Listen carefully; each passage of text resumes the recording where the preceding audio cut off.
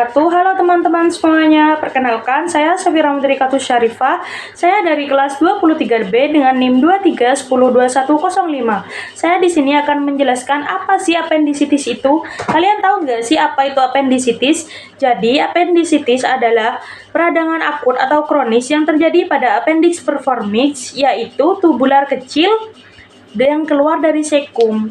Nah, tubular kecil yang keluar dari sekum ini ada di bagian pertama usus besar. Appendicitis ini merupakan salah satu penyebab tersering terjadinya nyeri perut akut, yang jika tidak ditangani maka akan terjadi komplikasi. Komplikasinya seperti perforasi, peritonitis, dan juga sepsis. Nah, yang pertama, perforasi appendix. Perforasi appendix ini ya komplikasinya seperti nanti ya pecahnya dinding appendix akibat tekanan atau infeksi yang terus meningkat. Nah, kalau ini terjadi nanti akan meradang dan penuh dengan nanah dan cairan infeksi karena tekanan yang ada di dalam itu terus bertambah dan dinding appendix semakin lemah. Akhirnya appendixnya pecah. Nah, jadi akibatnya isi appendix tumpah ke rongga perut. Ini menyebabkan infeksi lebih luas di peritoneum, yaitu di perut lapisan luar. Nah, tanda-tandanya itu kayak nyeri perut makin parah, menyebar ke seluruh perut, juga demam tinggi, perut jadi keras kayak papan. Nah, yang kedua itu peritonitis. Peritonitis ini adalah infeksi berat dan peradangan pada peritoneum, yaitu lapisan tipis yang melapisi bagian dalam rongga perut dan menutupi sebagian besar organ perut. Nah, kalau ini terjadi gimana sih? Nah, kalau ini terjadi, bakteri dan nanah itu masuk ke peritoneum. Nah, ini bisa menyebabkan peritoneum jadi meradang dan infeksi hebat. Gejala utamanya tuh ya kayak nyeri perut gitu. Nyeri perutnya tuh menyeluruh dan sangat hebat. Perutnya juga kaku seperti papan, ya mual, muntah, dan gak bisa buang angin dan buang yang besar. Dan juga demam, denyut nadinya tuh juga cepat. Nah, ini bahaya gak sih kalau gak langsung ditangani? Ya jelas bahaya banget. Ini kalau gak langsung dioperasi atau dikasih antibiotik, peritonitis ini bisa menyebabkan kegagalan banyak organ. Jadi makin komplikasi lagi.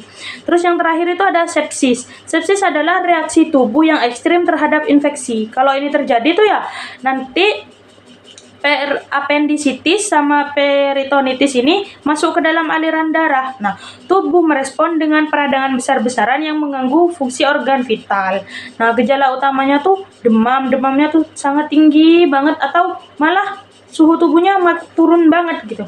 Yang kedua, tekanan darahnya turun, denyut jantungnya cepat, napasnya tuh cepet, jadi kayak yang sesek.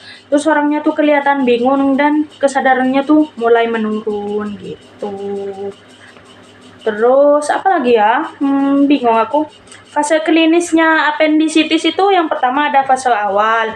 Nah, kalau di fase awal tuh ya masih ringan, cuma terjadi sumbatan-sumbatan cairan mukus yang biasa diproduksi oleh appendix tidak bisa keluar karena terjebak. Jadi appendixnya tuh bengkak gitu. Terus yang kedua itu fase supuratif.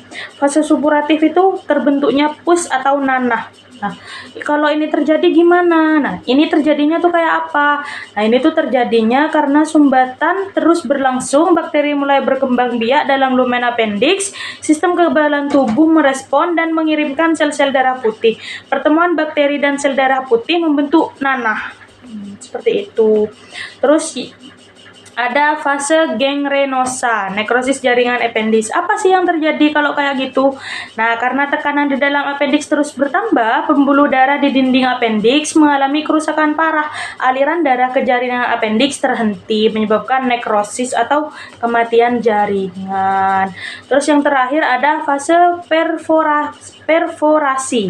Appendixnya itu udah pecah dan infeksinya itu sudah menyebar. Jadi karena udah gak mampu menahan semuanya, kan bengkak-bengkak kan banyak isinya kan, udah isi nanah, bakteri semuanya, karena udah gak bisa nahan jadinya pecah, tumpah ke rongga perut, terjadi peritonitis, infeksi di lapisan luar perut. Nah, risikonya itu infeksi bisa menyebar ke seluruh tubuh, berisiko tinggi, terjadi sepsis, potensi kematian. Jadi bisa meninggal kalau udah yang terakhir ini. Terus apa lagi ya? Penanganannya, cara penanganan apendisitis itu yang pertama ya operasi. Terus yang kedua bisa minum antibiotik. Yang ketiga drainage abscess, yaitu dilakukan sebelum operasi. Perawatan pasca operasi yang pastinya harus puasa dulu. Kenapa sih harus puasa? Soalnya kalau puasa tuh ya kita tuh mengurangi resiko aspirasi asam lambung ke dalam paru-paru selama operasi. Jadinya kan ini ususnya mau dipotong, jadinya harus dikosongin dulu biar nanti tuh gak mual gitu pasiennya, gak muntah gitu. Takutnya kalau muntah kan masuk ke paru-parunya jadi meninggal. Nah, ada juga yang nanya, kenapa sih kalau mau operasi itu harus diinfus dulu? Nah, itu harus diinfus karena itu buat menghidrasi tubuh biar gak lemes-lemes banget. Kan kita udah gak boleh makan nih selama 8 jam, ya minimal lah 8 jam. Nah kalau gak diinfus kan makin lemes, jadinya takut kenapa-napa. Jadinya kita buat menghidrasi tubuh, mengatur keseimbangan elektrolit, sama kita buat nanti masukin obat-obatannya. Mungkin nanti biusnya juga dimasukin lewat infusnya. Terus pantangannya, orang-orang apendisitis nih gak boleh makan makanan pedes, gak boleh minum alkohol, gak boleh ngerokok, gak boleh melakukan aktivitas berat. Terus gak boleh juga terlambat kontrol luka operasi, takutnya nanti lukanya tuh jadi infeksi, busuk, nanti makin parah. Jadi apa sih apendisitis itu? Itu kan kesimpulannya. Jadi apendisitis ini adalah kondisi darurat gawat medis. Diagnosis cepat dan operasi segera dapat mencegah komplikasi berat dan mengurangi angka kematian. Kepatuhan terhadap perawatan pasca operasi penting untuk pemulihan sempurna. Baik, segitu saja teman-teman. Terima kasih. Assalamualaikum warahmatullahi wabarakatuh.